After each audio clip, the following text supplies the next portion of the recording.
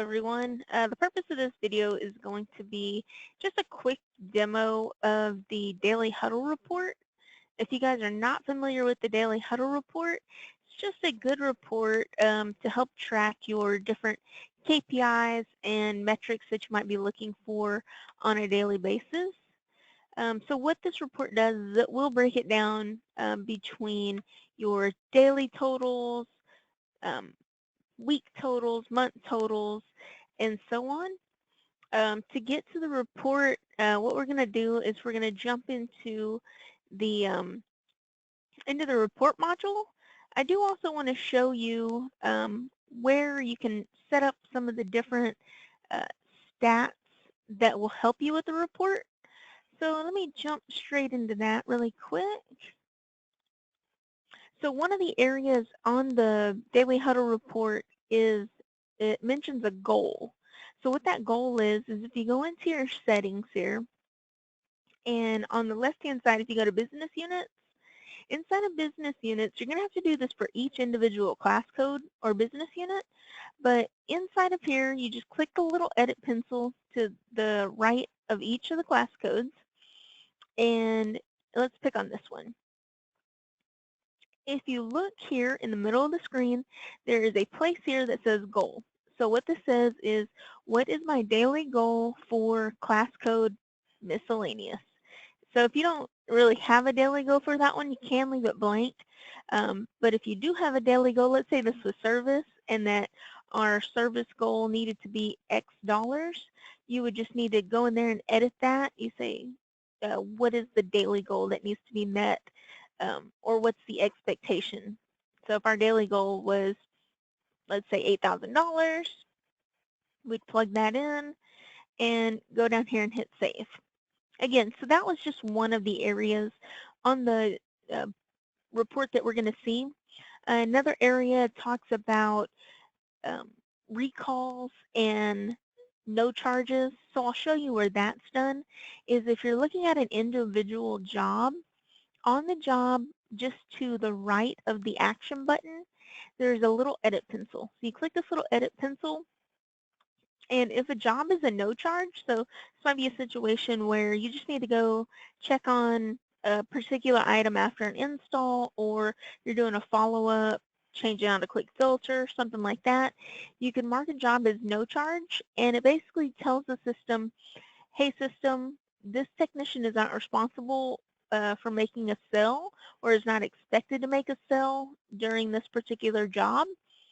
So that's what that is. There's no opportunity to make a sale or to do work. Another area is the recall button. So recall says this is a recall for another job, a return visit due to, faulty installation or something else where you needed to go back out. So you just check this is a recall, find the existing job here in the list, and then save it. So again, those are just three areas where that I'm going to touch on briefly in the report, but I wanted you to see that ahead of time. Inside of the reports module, all that you have to do is you just start typing in the word huddle. Oh, excuse me. So if you start typing in huddle, it'll be the only report here that you'll see. To schedule out the huddle report or any other report in the system, you just click the little schedule button and you just fill out the information here. How do you want to receive this? As a PDF, as an Excel file? How often do you want to receive it? I want to receive it every day, or maybe every 3 days, or whatever that scenario is, however often you want to receive it. And then who needs to receive this report? Anybody in your system that has a username and password or an email address, they're going to populate here in the system. Keep in mind that anybody who is a display user will be in the list, but you cannot actually schedule reports for them. They won't receive them. So if they are a display user, they can't receive the reports. They can go run them on demand, but they can't receive them. So let's jump in here to the Daily Huddle report. Another thing here that you'll notice is that you can specify which business unit or class code that you want to review this report for, or if you leave it blank, it will show you everything. And you can also change the date here. So you can change the date to a different one and then hit the update button to refresh it and rerun it. You can also download it as a PDF or hit the little arrow and download it as an Excel file. So there's some different options and flexibility that you see there. So jumping straight into the report, what you're going to see is across the top of these column headers are what you're seeing in each of these columns, obviously. Just really straightforward there. And then the same thing here. Each of these rows has its own unique set of criteria. And I'll just quickly describe what each of these different rows mean. So service request is the number of jobs that were booked during this time frame, and then you have your jobs that were canceled during this time frame, the number of jobs that were completed within that time frame, and then you also have your revenue. So revenue is going to show you your invoice subtotal, and this this is something to keep in mind. It's not going to be the total of the job. This is the invoice total, subtotal before sales tax. Now, this will also include, any jobs that might have been an estimate.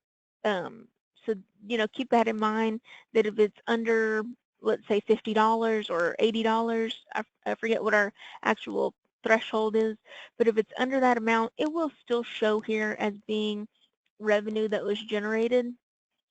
Our next column here is job average. So job average does also consider all invoices in their subtotals, and then it divides it by the number of jobs that were completed to get you that number. All of these numbers are rounded up to the nearest whole dollar. Now you'll have this job average with no estimates. So what that does is it pulls out all of those jobs that either were unsold estimates or jobs that fall below our threshold. So if it was just a job where you went out and did a diagnostic fee only, it is taking those out of the equation. And it does the same math where it says jobs completed minus the estimates, and then divides that by the number of jobs that were completed. So that's how it's getting job average with no estimates. Again, your goal is pulling in from your business unit goal area. PACE looks at how have we been doing over the course of the week, the month, or the year, and then it projects out the number of dollars that should be generated within that time if we stay on track. The next area here is estimates. So estimates says what were jobs that were unsold and what jobs fall below that minimum threshold dollar amount. Recalls, I showed you that briefly where the recall button is on a job. So it looks at those, how many jobs were marked as a recall, how many jobs were marked as a no charge, which is also found on the job. Now your conversion rate that you're seeing here is the number of sold jobs, so jobs that were greater than that threshold, and then divided by the number of completed jobs times 100%. So that's how you're getting that percentage there. And then lastly, you have your replacement dollar or your replacement percentage. And what that's looking for is jobs that are over $3,000. So if it says, you had 10 jobs that were completed and 4 of them were over $3,000, it'll break down and give you your percentage there. And then you can also keep scrolling down the report to show you, based on each individual business unit or class code, how those also break down, and again, just work the math and see how this is being driven. So if you're wondering why your installation category doesn't have any information, but your sales category has tons of information, one thing that you need to keep in mind is that this is driven based on the business unit when a job gets created.